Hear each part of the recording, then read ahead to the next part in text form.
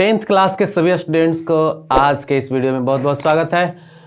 Students, हमने कल cover किया था आपको नीति श्लोक पाठ का कुछ श्लोक को भावार्थ मैंने बताने का प्रयास किया था।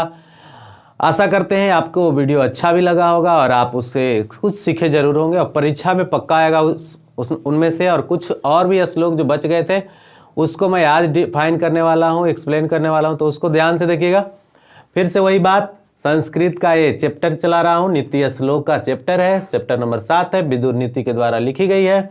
महाभारत का एक अंश भाग है, अध्याय 33 और 40। महाभारत में आप 33-40 अध्याय में जाके खोलिएगा तो ये आपको नीति श्लोक जो कि विदुर के द्वारा बनाया गया है, लिखा गया है। ठीक है, तो हम आते हैं श्लोक नंबर नेक्स्ट पर। षड्दोषा पुरुषे नेहा हातव्या भूतिमिच्छता निद्रा तंद्रा भय क्रोधा आलस्य दीर्घसूत्रता।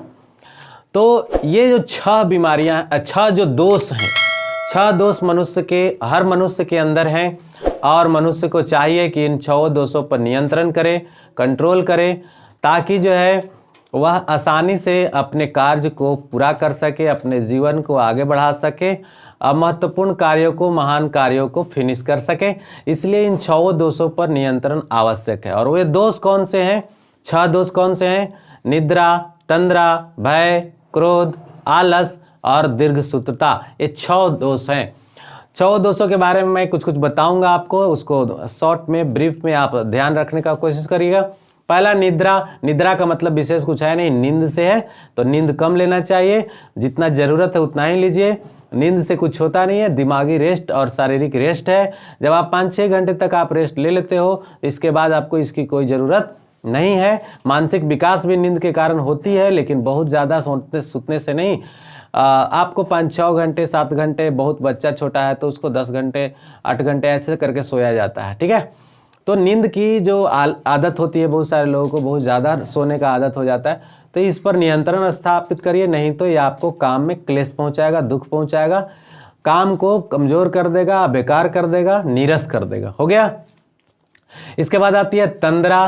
तंद्रा जो होता है, कहिए कि आलस का ही एक स्वरूप होता है तंद्रा, जिसमें हम काम को टाल बेटाल करने की कोशिश करते हैं। ठीक है, उसको न करने की इच्छा जाहिर करते हैं, बार बार जो होता है ना कि आप काम से पीछे हटने की कोशिश करते हैं, तो ये तंद्रा वाली बीमारी है। इसको भी आप रोकने का प्रयास करिए, कंट्रोल करिए। कंट्रोल किया जा सकता है। 6 दोष जो है प्रत्येक मनुष्य के अंदर है, हर प्रकार के मनुष्य के अंदर होता है और इसको कोई हटा नहीं सकता, कंट्रोल कर सकता है, नियंत्रण कर सकता है। अतः नियंत्रण करने के लिए सीख जाइए। ठीक है, तो निद्रा हो गई, तंद्रा हो गई, भय। भय, डर। डर, डर के कारण क्या होता है, जैसे परीक्षा 17 तारीख से है मैट्रिक वालों को, तो उनको डर किस तरह से स्टार्ट होगा। पहला दिन साइंस है, दूसरा दिन मैथ है, पता नहीं क्या होगा, क्या होगा, क्या होगा, क्या होगा, बहुत तरह से सोच रहे होंगे, दिमाग उनका उल्टा पुल्टा काम कर रहा होगा। बहुत सारे लोग नर्वस हो जाते हैं। तो ये डर जो है, इसको कंट्रोल करिए, है ना। और इसको कंट्रोल करने का उपाय क्या है? पहले सोचो क्यों डर रहे हैं? परीक्षा से। परीक्षा से क्यों डरेंगे भाई? इसी परीक्षा के लिए तो आपने तैयारी की है ना, 12 महीने तैयारी किया है, तो डरेंगे क्यों? क्या जरूरत है डरने की? क्वेश्चन आएगा, कहाँ से आएगा? आसमान पर से आएगा, जो आप पढ़े हो उसी में से आएगा ना, तो फिर डरने की जरूरत नहीं है।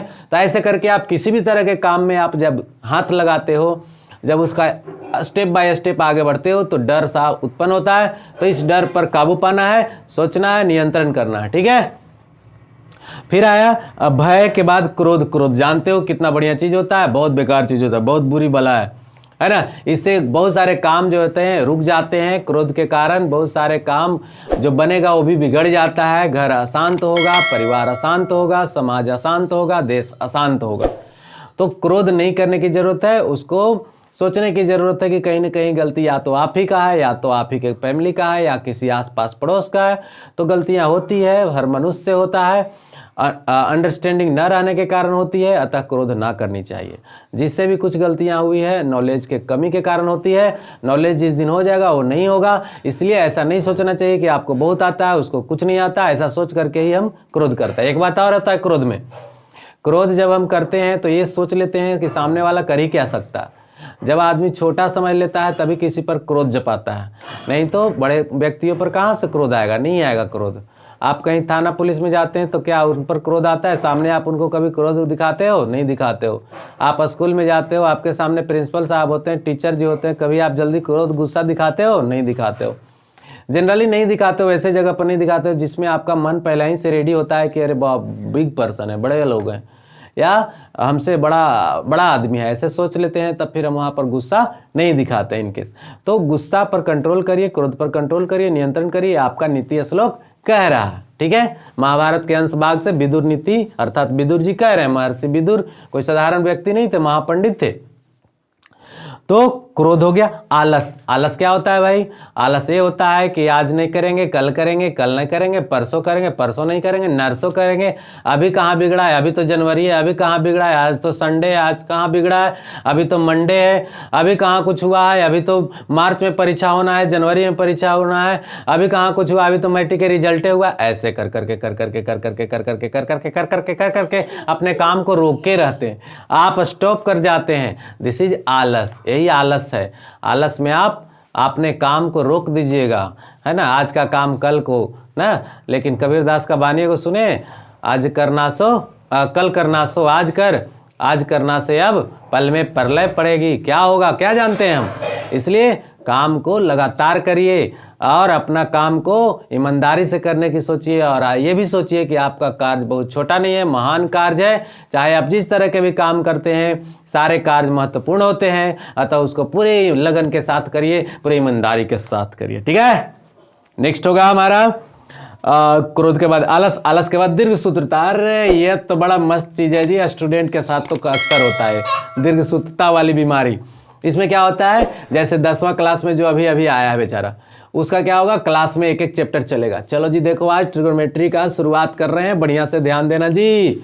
उसको लगता है कि अभी तो शुरू ही ना हो रहा है, अभी नहीं करेंगे, अभी 2 दिन के बाद करेंगे, अगला चैप्टर जाएगा तब करेंगे, अभी रिवीजन क्या करना है, अभी सूत्र क्या याद करना है। ऐसे कर करके ट्रिगोनोमेट्री का सूत्र जो हो जाएगा 50-60 को हो जाएगा जब, तब कहेगा कि बाप रे बाप ढेर का मनी सूत्र हो गया, अब कैसे याद होगा। तो ऐसे करके उसका बोझ बढ़ते चला जाता है। फिर ट्रिगोनोमेट्री के बाद ज्योमेट्री खुल जाती है। ज्योमेट्री में वो भी वैसे ही करता है कि अभी कहाँ कुछ करना है, अभी तो ज्योमेट्री शुरू हुआ है, अभी तो 2 चैप्टर निकला है, अभी तो ज्योमेट्री में हम 3रा चैप्टर में जाएंगे, तब जा करके खूब समझ में आ जाएगा ना, तब फिर से करेंगे, एकदम जम के करेंगे और सब फिनिश कर देंगे। जबकि ऐसा होता नहीं है। ऐसा होगा कहाँ से होगा? रोज करने से ही कोई काम होता है। Continuous consistency, continuous consistency, continuous consistency, continuous consistency, लगातार काम में लगना पड़ता है। तो दीर्घसूत्रता की बीमारी नहीं करेंगे ना आप, नहीं करेंगे। चलिए ठीक है, तो 6 दोषों को आपको कंट्रोल कर लेना है। चलिए आगे देखते हैं। सत्येन रक्षते धर्मो विद्या योगेन रक्षते, मृज्या रचते रूपम कूलम वृतेन रक्षते। अब देखिए यहां पर क्या बताया जा रहा है, कह रहा है कि सत्य से सत्य रक्षा करता है, किसका? धर्म का। सत्य से धर्म की रक्षा होती है। सत्य से किसका रक्षा होता है? धर्म का रक्षा होता है। सत्येन रक्षते धर्मो विद्या योगेन रक्षते, विद्या से योग की रक्षा होती है। अब सोचिए कि योग किसको कहते हैं? तपस्या करे बैठ के? अरे नहीं भाई, आप पढ़ाई कर रहे हैं ना, दिस इज योग। हम पढ़ा रहे हैं ना, ये भी योग। जो भी जिस तरह के काम करता है वो एक प्रकार का योग है, तपस्या है, तप है। और इस तप को कैसे आप बचा के रखेंगे? विद्या से। कैसे? विद्या से अर्थात ज्ञान से। ज्ञान ही बचाएगा। कौन बचाएगा आपको? ज्ञान बचाएगा। कौन बचाएगा? ज्ञान बचाएगा, बुद्धि विवेक बचाएगा। इसलिए बुद्धि विवेक बढ़ाते रहिए, अपने को बचाते रहिए। ठीक है, आगे मृज्या रचते रूपम। मृज्या मैंने जानते हैं क्या होता है? फेयर लवली, अरे फेयर हैंडसम, है ना, लगाते हैं ना लोग चेहरे में, लगा लगा करके अपने रूपों की रक्षा करते हैं कि हम रूपवान रहें, अच्छा लगे, सुंदर लगे। इसलिए क्या लगाते हैं?